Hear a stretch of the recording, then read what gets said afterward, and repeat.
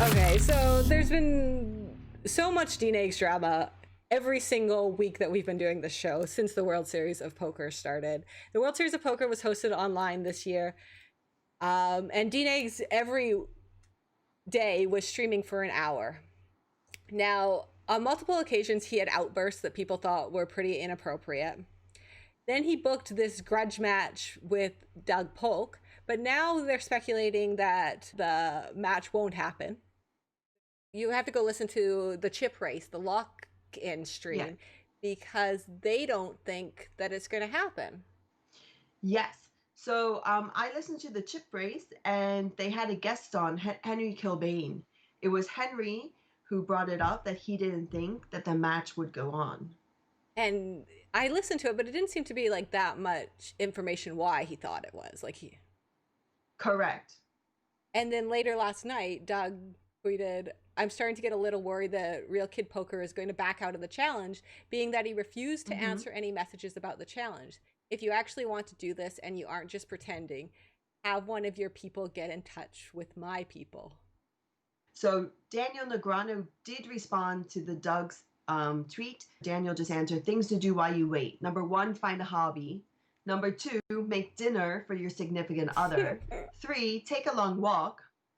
4, practice poker." So Doug is doing that even before this answer from Daniel.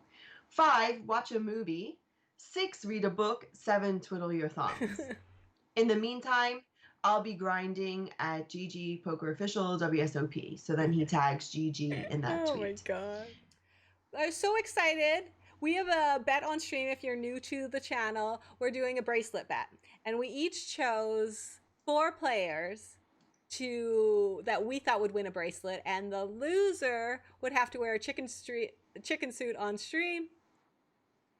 One of my players, Kristen Bicknell, won the bracelet last week or the week before, which means that Maureen had to purchase a chicken suit.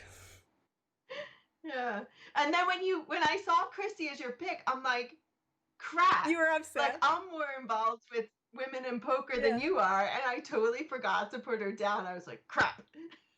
Yeah. What a good pick.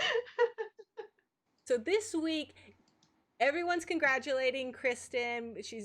They're making videos about her 3rd bracelet. Like, this is so amazing. Comments in the YouTube post started asking for proof that she was playing it and suggesting that her boyfriend played for her. So some of the comments were like, I wonder if Foxen played for her. Is there any proof that she was the one playing? It really angered Danielle D. Moon. She tweeted out, she's got $5 million in live tournament earnings, and these are the responses to Chrissy B's World Series of Poker online bracelet. Kristen's probably too nice to care, but I want to punch someone.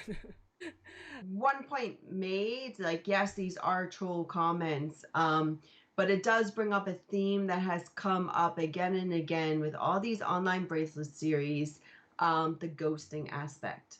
Now, the reason why it just absolutely doesn't make sense that Alex played, anyone that's at that high of level, you have so much information going on that you can't share that information with someone. Like, there's no way for me to tell you everything that I've learned about these players in my head. So it wouldn't even make sense for her to ask him, like, what should I do in this spot? Because she would have more information on the players than he ever did, unless he played the entire tournament. But that doesn't make sense because he's grinding himself, right? The ghosting, I don't think, definitely not a thing in this case. Perhaps it's a thing out there. And again, just the general fear in the poker community that with these online events, there could be cheating happening. So I think this also showed this aspect of online poker again. Alex's comments. I think the best part about it is that before we started dating, Chrissy had a long history of crushing and 2 bracelets. I was relatively an unknown player with no significant results. Sexism is really the only explanation here. I didn't know who Alex Foxen was. I knew Chrissy way before, since her Supernova Elite days. I knew Alex Foxen from, he's a reality TV star. And I made that joke, but I didn't think anyone got it. His sister has a reality TV show and a cupcake show, and he's on it as Alex Fox and CFO. Which brings us to the tweet of the week from no other than our girl Vanessa Cade.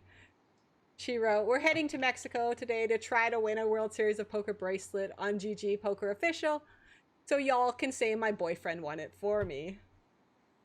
Moving on to something that's very close to me, and our friend April reached out to you that she wanted us to bring attention to it, is that Yukon Brad Booth is missing. Yeah, so this was actually a plea from Brad's sister. She reached out to April. So the license plate of the truck is on the screen. There's also a number to call if you do have any information, and there's a case number that you can reference. Hopefully we get a good verdict from this in the next few days, that he's been safe and sound. This is what happened. Round 2 of a heads-up 10K WSOP event. Erik Seidel is facing Max Kruse, German soccer football player Max Kruse. Max Kruse doesn't show up. He's late. What do you do if you're Erik Seidel? Do you blind out your opponent or do you stall? Yeah, the opponent wasn't there. So Twitter was quick to come to say, you know, if you're playing 10K for an event, you should be well aware, you should know that the event's happening, etc. But then people were confused. They thought it was the beginning of the event. No, it wasn't the beginning of the event. It was round 2 where they were already down to the 64 players. So, you know, if you are playing a heads up, you do have to wait for all play on all tables to complete before you move on. So it was a sitting out, it wasn't a disconnect. Right, which is significant. I mean, there's a million reasons, and technical issues is something completely different. In fact, we actually have an example that during the World Series of Poker short deck 10K final, Makita encountered tech issues preventing him from continuing, and Lev opted to pause play while GG fixed the issue. And so they called support, and that's on Lev. Like, he didn't have to do that. They called support. GG eventually came and had to set up a new table for them, and then they continued the game, and that took about 30 minutes. How long do you wait? Yeah, and that's even my question. And, you know, you mentioned it several times. I do play tournaments a lot. If I found myself in this position, I honestly wouldn't know what to do. Seidel, he chose to raise every hand for about 12 minutes before they hit break. When Krause arrived, when he did finally arrive, half of his stack was gone. So what was interesting, though, is Erik Seidel responded. So he said, yes, it was a mistake. Didn't know who it was, but shouldn't make a difference. Plan was, if he blinded out, would give him back entry percentage. So I thought that was really interesting that he, in his head, had planned to give the guy his 10K back, because that's almost better than having to play Erik Seidel heads up. Yeah, exactly. We can move on from Erik Seidel. We still think he's a good guy, and he told us what the correct action was, which was just don't snap raise. But apparently, if you're going to raise, be prepared to give the person a percentage of your winnings. So, World Series of Poker bracelet winners this week. As we mentioned last week, the World Series of Poker on WSOPO.com has completed. So all the events are now for international players outside of the US. Aegon O'Day, that's an Irish name.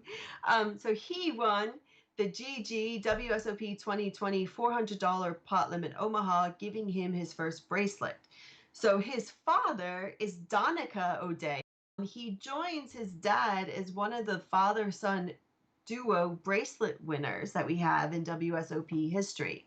So other father-son duos, Todd Brunson in 2005, they made the list when he won the $2,500 Omaha high-low. And then, as we know, his dad, Doyle Brunson, is a 10-time bracelet winner himself. They're running kind of like a super satellite in Japan to a WPT. So T Miyata, he's like, hey guys, come down to this venue in Japan. We are having this special poker event. This is the WPT Japan. It's very hard to play there. You definitely need an invitation. So Yeah, because while I I thought was even gambling wasn't legal there. I thought most gambling wasn't legal. So is it like a yeah, so private gambling is club money. or? Oh, so Yeah, gambling is money. So this event is actually taking place at the hotel.